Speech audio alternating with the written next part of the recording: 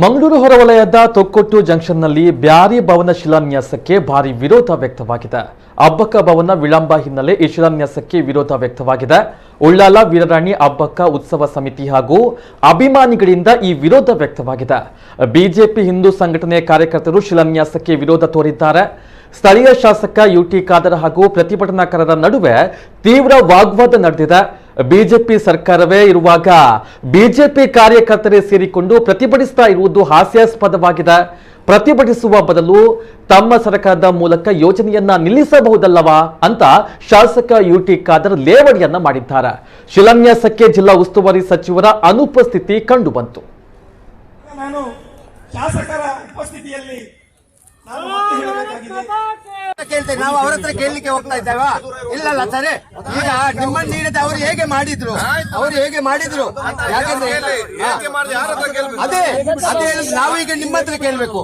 ನಮಗೆ ಶಾಸಕರು ನೀವು ಯಾವ ಪಕ್ಷದವರಾಗ್ಲಿ, ನಮಗೆ ಶಾಸಕರು ನೀವು, ನಮಗೆ ಬೇರೆಯವರು ಶಾಸಕರಾಗ್ಲಿಕ್ಕೆ ಸಾಧ್ಯ ಇಲ್ಲ. ಅವತ್ತಿದ್ದಂತ ಉಸ್ತುವಾರಿ ಸಚಿವರು ತಹಶೀಲ್ದಾರ್ ಮೂಡದ ಅಧ್ಯಕ್ಷರು ಅವತ್ತು ಸ್ಯಾಂಕ್ಷನ್ ಮಾಡಿ, ಇವತ್ತು ಸರ್ಕಾರದ ಉಸ್ತುವಾರಿ ಸಚಿವರು ಸರ್ಕಾರ ಯಾರ್ಯಾರ ಪಕ್ಷದಲ್ಲಿ ಅವರ ಕೈಯಲ್ಲಿದೆ. ಸರ್ಕಾರಕ್ಕೆ ಇದು 5 ನಿಮಿಷದ ಕೆಲಸ. ನೀವು ಅಲ್ಲಿ ಹೋಗಿ ಇದನ್ನು ಮಾಡಿ ಮುಗಿಸುವ ಬದಲು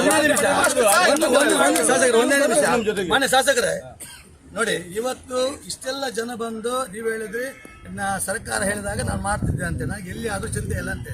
ನೀವು ಇವತ್ತು ಸರ್ಕಾರದ ಉಸ್ತುವಾರಿ ಸಚಿವರು ಸರ್ಕಾರ ಯಾರ್ಯಾರ ಪಕ್ಷದಲ್ಲಿ ಅವರ ಕೈಯಲ್ಲಿದೆ. ಸರ್ಕಾರಕ್ಕೆ ಇದು 5 ನಿಮಿಷದ ಕೆಲಸ. ನೀವು ಅಲ್ಲಿ ಹೋಗಿ ಇದನ್ನು ಮಾಡಿ ಮುಗಿಸುವ ಬದಲು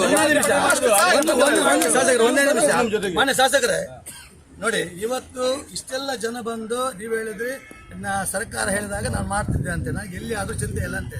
ನೀವು ಹೇಳಿ ಸತ್ಯ. ನಿಮ್ಗೆ ಎಲ್ಲಿ ಚಿಂತೆ ಇಲ್ಲ ಅಂತಂದ್ರೆ ಇಡೀ ಕ್ಷೇತ್ರ ನಿಮ್ಮ ಜವಾಬ್ದಾರಿ. ಇವಾಗ ನೀವು ನಮ್ಮ ಗೌರವಾನ್ವಿತ ಶಾಸಕರು, ನೀವು ಇತಿಹಾಸ ಪ್ರಸಿದ್ಧವಾದಂತ ಅಬ್ಬಕ್ಕ ರಾಣಿಯ ಈ ಜಾಗ ಒಬ್ಬರಿಗೆ ನಾವೆಲ್ಲ ಪ್ಲಾನ್ ಮಾಡಿದಾಗ ಮತ್ತೆ ನಮ್ಗೆ ಇದು 4 ಕೋಟಿ ಅಂತ ಬೇಕಾಗ್ತಂತ ಇತ್ತು. 4 ಕೋಟಿ ಬೇಕಾಗುವಂತ ಸಂದರ್ಭದಲ್ಲಿ ಅದಕ್ಕೆ ಲೈಟಿಂಗ್ ಆಗಿದ್ದಾಗ 8 ಕೋಟಿ ಬೇಕಂತ ಹೇಳಿದಾಗ ನಾನೇ ಬಹುಶಃ ಕ್ಯಾಬಿನೆಟ್ ಅಲ್ಲಿ ಕೂತ್ಕೊಂಡು 8 ಕೋಟಿ ರೂಪಾಯಿ ಅನುದಾನ ಬಿಡುಗಡೆ ಮಾಡಿ ಕನ್ನಡ ಮತ್ತು ಸಂಸ್ಕೃತಿ ಇಲಾಖೆಯವರಿಗೆ ಅದು ಹಸ್ತಾಂತರ ಕೂಡ ಆಗಿತ್ತು. ಕನ್ನಡ ಮತ್ತು ಸಂಸ್ಕೃತಿ ಇಲಾಖೆಯವರು ಕರ್ನಾಟಕ ಹೌಸಿಂಗ್ ಬೋರ್ಡ್ ಮುಖಾಂತರ ಟೆಂಡರ್ ಮಾಡುವುದಂತೇಳಿ ಆ ಪ್ರಕ್ರಿಯೆ ಕೂಡ ಮಾಡುವಾಗ ನಾನು ಕೇಳಲಿಕ್ಕೆ ಹೋಗಲಿಲ್ಲ. ನನ್ನ ಹತ್ರ ಬಂದು ಕೇಳದೆ ಅನುದಾನ ನೀಡಿದಾಗ ನಾನು ಮಂತ್ರಿಗಳ ಹತ್ರ ಯಾಕೆ ಇಟ್ಟಿದ್ರೆ ಅಂತ ನಾನು ಕೇಳಲಿಕ್ಕೆ ನಾನು ಹೋಗಲಿಲ್ಲ.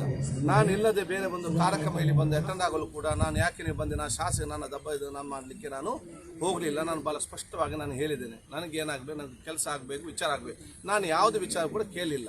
ನಾನು ಇವತ್ತು ಹೇಳಿದ ವಿಚಾರ ನಿಮ್ಮ ರೆಸೊಲ್ಯೂಷನ್ ಇದೆಯಲ್ಲ, ಈ ತೀರ್ಮಾನ ಇದೆ. ನನ್ನ ಹತ್ರ ಮೌಖಿಕವಾಗಿ ಕೇಳಿದಾಗ ನಾನು ಬೇಡ ಅಂತ ಹೇಳಿದ್ರೆ ನಾಳೆ ನಾವು ರೆಡಿ ಇದ್ದೆವು, ಅವರು ಒಪ್ಪಲಿಲ್ಲ. ಅಲ್ಲಿ ಯಾಕೆ ಇದನ್ನು ತೀರ್ಮಾನ ಮಾಡಿದ್ರು ಅಂತೇಳಿ ಸಮವಾಕ್ಯ ಅಲ್ಲಿ ರೆಕಾರ್ಡ್ ಇದೆ.